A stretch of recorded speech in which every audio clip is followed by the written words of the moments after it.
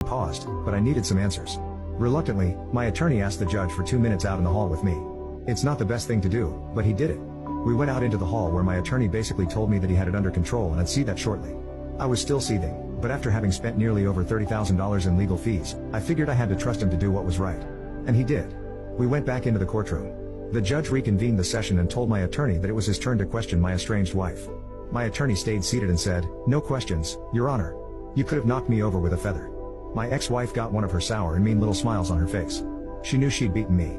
The judge said, "Time for closing arguments," and called for my attorney to close. My attorney stood up, moved to the lectern and said, "Your Honor, the law clearly states that the court can only rule on items brought before it during the hearings. And since nothing has been brought to the court about the disparity of earnings, post-marital support, or continued maintenance, they cannot be considered." At that point, you could literally hear a pin drop in the gasping intake of air.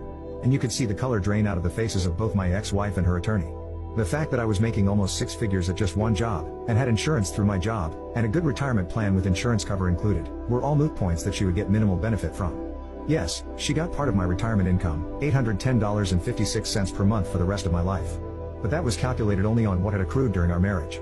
She got no more than that. She got no insurance benefits.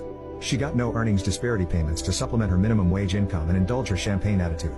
And she got no further opportunity to try to up the ante on what she could suck out of me. By being smart enough to stop at that point in the trial, and by not asking my ex-wife a single question, my attorney was able to prevent any further questions and the chance that her attorney might remember that she hadn't brought up any of those matters. If he had asked a single question to my ex-wife during his rebuttal phase, her attorney would have had another opportunity to bite the apple. My attorney was expensive. But, like the divorce, he was worth it.